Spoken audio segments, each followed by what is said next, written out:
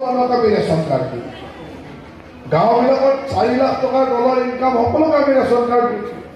কিন্তু তাৰ মাজতো গাঁৱত গ'লে দেখিবলৈ পাওঁ যে অন্য এই কথাবিলাক যিবিলাক বেলেগ কমিউনিটিৰ গাঁও সেইবিলাকত দেখিবলৈ নাপাওঁ। আমাৰ যিবিলাক জনজাতীয় গাঁও তাত সুধিলে তেওঁলোকে কি কাৰণত মানে নাজানো তেওঁলোকৰ মাজৰ পৰা পাবলগীয়া মানুহ নোপোৱা মানুহ দেখা পাওঁ। তাৰমানে আমি অলপ সাংগঠনিকভাৱে আৰু আমাৰ নেতৃত্ব মানে স্থানীয় নেতৃত্ব এইবিলাকত আমাৰ কাম কৰিব লগা আছে। এইবাৰ আপোনালোকৰ কাৰণে সুখবৰ যে আমি যোৱা সময়ত প্ৰায় 42 লাখ মানুহক একেলগে ৰেচন কাৰ্ড দিছিল। সেই সময়ত 4 লাখ টকাৰ তলৰ যিমান ইনকাম কৰা মানুহ আছে, যাৰ আনকি চৰকাৰী চাকৰিও যদি থাকে, কণ্টেক্সুৱেল চাকৰি, তাৰ যদি ইনকাম 4 লাখৰ তলত হয় বছৰত, তাকো আমি ৰেচন কাৰ্ড দিছোঁ। কোনোবা পেঞ্চন পোৱা মানুহ তাৰো যদি ইনকাম 4 লাখ টকাৰ তলত হয় তাকো ৰেচন কাৰ্ড দিছোঁ। তথাপিতো আমাৰ গাঁৱৰ কিছুমান পাবলগীয়া মানুহে ৰৈ আছে। ইয়াত চবেই ৰেচন কাৰ্ড পাইছেনে? পাব লগা মানুহ আছে আছে। গতিকে এতিয়া অৰুণোদয় আমি দিছিলোঁ। বহুত মহিলা গাঁৱত গ'লে কয় অৰুণোদয় নাপায়। এইবাৰ আমাৰ চৰকাৰে এবাৰ সিদ্ধান্ত লৈছে যে আমাৰ ৰেচন কাৰ্ড থকা প্ৰতিটো পৰিয়ালতে যাতে এটাকৈ অৰুণোদয় দিব পাৰোঁ আৰু সকলো পৰিয়ালতে যাতে সামৰি ল'ব পাৰোঁ পৰ্যায়ক্ৰমে, সেই ধৰণৰ এটা সিদ্ধান্ত আমাৰ চৰকাৰে লৈছে, আমাৰ মুখ্যমন্ত্ৰী ডাঙৰীয়াই লৈছে। গতিকে এই যিবিলাক সৰু সৰু সমস্যা, এই সমস্যাবিলাক সমাধান হ'ব। আৰু এই সমাধান কৰিবৰ কাৰণে কোনে সমাধান কৰিব? সমাধানটো চৰকাৰে কৰিব লাগিব। আজি আমাৰ চৰকাৰখন চাওক যে আমি ভাৰতীয় জনতা পাৰ্টীৰ চৰকাৰ, মিত্ৰ দলৰ চৰকাৰ। আমাৰ লগত কোন আছে? আমাৰ লগত আছে UPPL। UPPL মানে বড়োসকলৰ এটা সংগঠন যিয়ে বড়ো জাতীয়তাবাদক প্ৰতিনিধিত্ব কৰে। আজি UPPL মানুহখিনিয়ে সদায় মিহিনেশ্বৰকক এওঁলোকক সদায় আমাৰ লগত থাকে। আমাৰ লগত কোন আছে? টংকেশ্বৰ ৰাভা, ৰাভা যৌথ মঞ্চৰ নেতৃত্ব। আমাৰ লগত কোন আছে? AGP। তাৰমানে আমি ৰাষ্ট্ৰীয় দল হ'লেও ইয়াত থকা প্ৰতিটো জাতি জনগোষ্ঠীক প্ৰতিনিধিত্ব কৰা সকলো সংগঠন, সকলো ৰাজনৈতিক দলক আমি একেলগ কৰি লৈছোঁ। আমাৰ লগত কোন আছে? গণশক্তি, যোনে মিচিংসকলক প্ৰতিনিধিত্ব কৰে।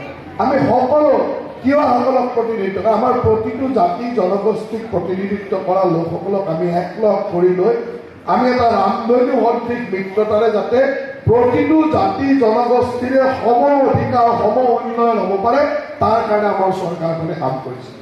আপোনালোকৰ কাৰণে সৌভাগ্য বা আমাৰ কাৰণে সৌভাগ্য যে আমি এনেকুৱা এজন মুখ্যমন্ত্ৰী পাইছোঁ, যিজন মুখ্যমন্ত্ৰীয়ে প্ৰতিটো জনগোষ্ঠী, প্ৰতিটো সমস্যা, প্ৰতিটো অসুবিধা সুন্দৰভাৱে বুজি পায় আৰু সুন্দৰভাৱে সমাধান কৰাৰ কাম কৰে। সেইকাৰণে আমি সকলোৱে তেওঁক শক্তিশালী কৰিব লাগিব। শক্তিশালী কেতিয়া হ'ব? যেতিয়া অসমৰ 14খন আসনৰ 14খনেই জিকিব, তেতিয়াহে তেওঁ শক্তিশালী হ'ব। আজি গুৱাহাটীত আমি বিজুলী কলিতা মেধিক প্ৰাৰ্থিত্ব দিছোঁ। আমি সকলোৱে মিলি যেতিয়া বিজুলী কলিতা মেধিক 6 লাখ 7 লাখ ভোটৰ ব্যৱধানত জিকাই দিম, তেতিয়া তেওঁ আৰু শক্তিশালী হ'ব। কাৰণ বিজুলী কলিতা মেধিয়ে এনেকুৱা এটা সমষ্টিক প্ৰতিনিধিত্ব কৰিব ওলাইছে, য'ত আমি ইচ্ছা কৰিলে, আমি সকলোৱে বিচাৰিলে অনায়াসে 6 লাখৰ বা 7 লাখ ভোটৰ ব্যৱধানত বিজয়ী কৰিব পাৰোঁ। তেতিয়া আমাৰ মুখ্যমন্ত্ৰী ডাঙৰীয়া শক্তিশালী হ'ব। মুখ্যমন্ত্ৰীয়ে গৈ প্ৰধানমন্ত্ৰীক ক'ব পাৰিব যে আমাৰ সাধাৰণ মানুহৰ কাৰণে, আমাৰ জনজাতীয় মানুহৰ কাৰণে এইসকল মানুহে আমাক সহায় কৰিছে, এই মানুহখিনিৰ কাৰণে এইখিনি কাম কৰিব লাগে, এই কামটো ৰাস্তা বনাব লাগে, এইটো অধিকাৰৰ মাজেৰে সম উন্নয়ন হ'ব লাগে।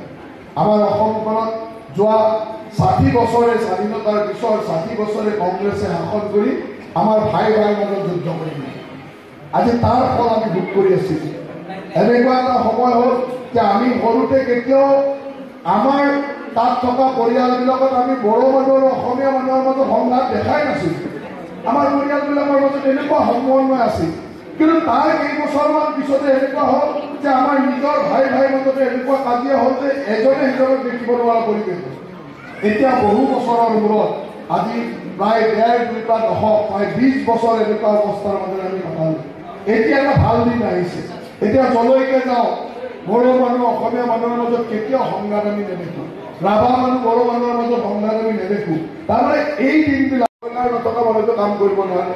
এতিয়া কংগ্ৰেছৰ চৰকাৰ 10 বছৰ আগৰ পৰা নে আৰু ভৱিষ্যত 50 বছৰো হোৱা সম্ভাৱনা নাই।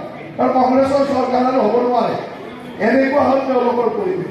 গতিকে যি হ'ব বিজেপি নেতৃত্বাধীন চৰকাৰৰ মাজত হ'ব আৰু আমাৰ মাননীয় মুখ্যমন্ত্ৰী ডাঙৰীয়াই কৰিব লাগিব। গতিকে মই আপোনালোকক বাকী কথা বীৰেশ্বৰ ভাই ক'বই বা আপোনালোকৰ নেতৃবৃন্দ